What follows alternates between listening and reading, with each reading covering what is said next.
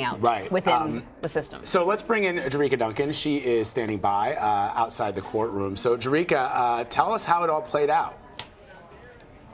I think everyone was sort of shocked. You could not hear anything. Everyone was silent when El Chapo decided to give those statements. Essentially, for 15 minutes, he began by thanking his wife, his 2 children, his attorneys, his paralegals. But then he went into saying that he had to bear torture for the last 30 months. He said that he was denied sanitary water, fresh water, sunlight, things that were making his head, his ears, his throat hurt. He said, I have not been able to see my wife, visit my wife, hug my children. He said this was the most inhumane conditions I've ever experienced. But then he sort of took a turn, as Ricky said, and scolded the judge and said that you did nothing to question the juror. You didn't want to bring the juror back because what you did allege, the actions of the jury were not important because this was a lot of evidence against me. This is in reference to the Vice report that said 5 jurors did not follow the instructions of the judge and were looking at media reports. That's not allowed when you are covering and on a jury for a trial. So El Chapo's arguing that he didn't get a fair trial. He said there was no justice here. And again, ending his comments, Ricky, you said that they denied me of a fair trial. The U.S. is no better than any other country that you don't respect. This is no surprise, though. We spoke to Jeffrey Lichtman. This is one of the attorneys for El Chapo, and he basically said that he believed that there were some issues with that jury and that as soon as this sentencing was over that they would file a motion to appeal because he believes that his client did not get a fair trial despite all of the evidence. We also know that the prosecution is planning to go after nearly $13 billion that they believe El Chapo made during this time that he was a drug lord. I want to go quickly to a bite from Jeffrey Lichtman from that interview yesterday.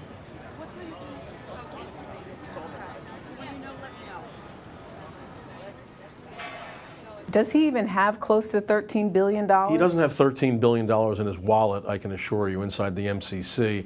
But the government's been looking for his assets for so long they haven't found a penny. This is a fiction.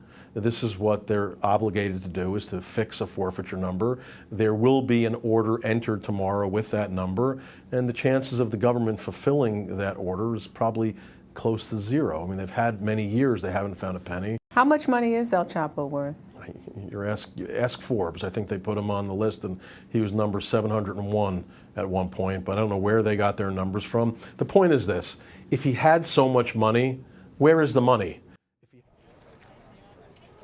So again, that was one of his attorneys who we spoke to yesterday. Our producer Cassandra just came downstairs, just wanting to confirm again, which again you guys probably already know, though, that he was sentenced to life plus 30 years.